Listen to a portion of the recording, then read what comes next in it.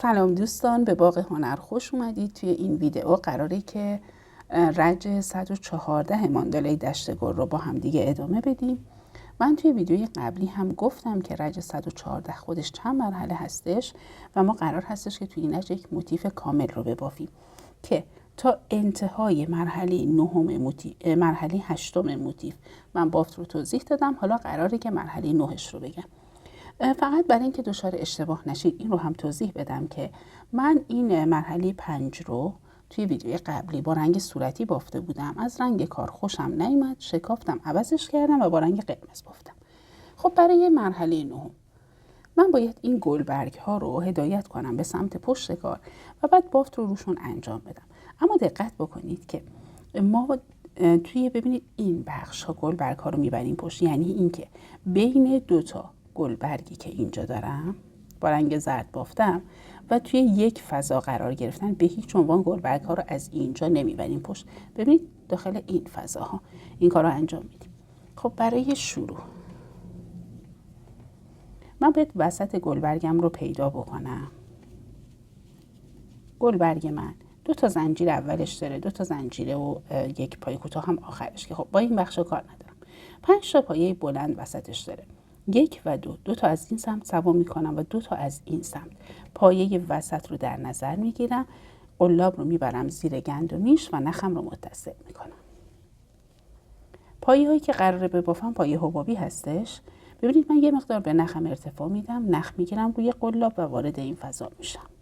مجدد نخ میگیرم 1 و این کار رو تکرار میکنم بدون اینکه هیچ بافتی انجام بدم. 2 و 3. در اصل اینجا پایه حبابی 3 مرحله‌ای میخوام ببافم. تمام نخهای روی قلابم رو با هم دیگه یکی میکنم و زنجیره میزنم. 1 2 3 4 5 6 و 7. میام وسط گلبرگ بعدی و عین این کار رو تکرار میکنم. ببینید این 2 تا گلبرگ رو رها میکنم، رد میکنم، میام از اینجا این گلبرگ رو میبرم پشت، باز هم وسطیش رو در نظر میگیرم، نخ میگیرم روی قلاب میبرم زیر این گندمی 1 به اندازه 1 پایه بهش ارتفاع میدیم. خیلی بلند نباشه و خیلی کوتاه هم نباشه. خب ببینید من بازم تمام نخهای روی قلاب رو با هم یکی میکنم و بعدش میام دوباره 1 2 3 4 5 6 و 7 تا زنجیره میزنم. عین این کار رو تکرار میکنم تا انتهای این رج. دوستان یه چند رجی من باید بافت این موتیف رو ادامه بدم تا کامل بشه، اما اول ترجیح میدم که این قسمت های وسط کار رو توضیح بدم. ببینید من اینجا میام یه حلقه جادویی میزنم. داخل حلقه جادویی میخوام که پایه های دوبل رو ببافم. پس طبیعتا به جای پایه اول باید 4 تا زنجیره بزنم و بعد 2 بار نخ میگیرم روی قلاب، وارد این فضا میشم، مجدد نخ میگیرم. 2 تا 1 2 تا 1 و 2 تا 1. توی 3 مرحله بافته میشه و باز این کار رو من تکرار میکنم. بافتم رو ادامه میدم تا جایی که تعداد پایه های دوبلی که من دارم برسه به 10 تا پایه. ببینید یک همچین کاری میشه. اول و آخر رجم رو به هم دیگه متصل میکنم. چون تعداد پایه های من کمه، بافت من اینگه حالت کاسه ای شکل میگیره و بعد میام این رو ببینید باید بذارم وسط این بافتم و با سوزن بدوزمش که دوختنش هم اصلا کار سختی نیست، نیازی به توضیح نداره. اما برای رج بعدی ببینید من رج 9 رو اینجا توضیح داده بودم، این رج 10. حالا بریم سراغ رج 11. خب من میخوام که مرحله 11 این بافت رو توضیح بدم. فقط قبلش این رو میذارم کنار چون هنوز ندوختمش. ببینید برای این رج من میام قلاب رو میبرم داخل این فضاهای خالی که اینجا دارم و نخم رو متصل میکنم. پایه هایی که قراره ببافم پایه ذرتی هستش که با 5 تا پایه بلند بافته میشه. پس طبیعتا به جای پایه اول 3 تا زنجیره میزنم و 4 تا پایه بلند دیگه هم داخل همین فضا میبافم. خب مثل ذرتی هایی که قبلا بافتیم دیگه، قلاب رو میام از 3مین زنجیره ابتدایی رد میکنم، من اینجا یه مقدار سفت بافتم و ببینید این نخ رو میگیرم خارج میکنم، 3 تا دونه زنجیره میزنم. میام اینجا ببینید یک فضای خالی رها میشه، میام روی فضای خالی بعدی باز هم یک پایه ذرتی میبافم.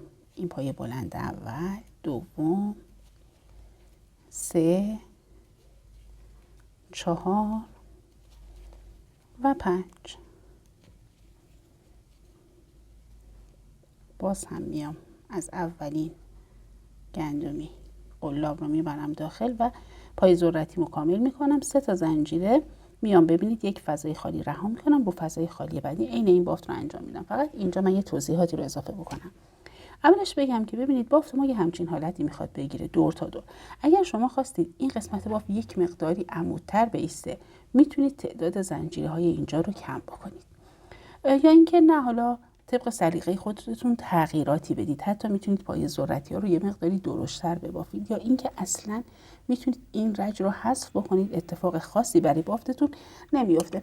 همه اینها سلیقه ای هستش. دوستان من این رج رو کامل بکنم یا مراحل بعدی رو توضیح میدم. دوستان من این رج رو تا انتها بافتم، اما خب خیلی خوشم نمیاد که بافت من به این شکل قرار بگیره. ترجیح میدم که پای ذرتی هم ببینید یک همچین حالتی داشته باشه، روی بافتم بخوابه. خب برای این کار میام یک مقداری نخ اضافه رج قرار میدم، بعد کاتش میکنم و به یک همچین حالتی پای ذرتیام رو متصل میکنم به بافت زیریشون. البته که شما میتونید این کار رو انجام ندید، توی طرح اصلی هم یه همچین کاری وجود نداره، منتها من دوست داشتم که بافتم به این شکل در بیاد. اما برای بافتن رج بعدی ببینید من میام یکی از این حلقه های خالی رو در نظر میگیرم، نخم رو متصل میکنم و چون میخوام که پای ذرتی ببافم، به جای پای بلند اول 3 تا زنجیره میزنم و 4 تا پای بلند دیگه هم میبافم. 1، 2، 3، 4. خب 3 تا زنجیره ابتدایی کار داشتم، با این 4 تا پایه در مجموع الان من 5 تا پایه بلند بافتم. اول و آخرش رو به هم دیگه متصل میکنم، میشه یک پایه ذرتی. میام 3 تا زنجیره میزنم و همین جایی که هستم یک پایه ذرتی دیگه هم میبافم.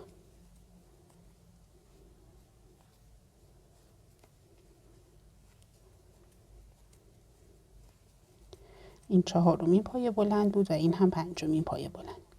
خب ببینید من میام ذرتی رو که کامل کردم، دوستان این بار 1 دونه زنجیره میزنم و میرم حلقه بعدی.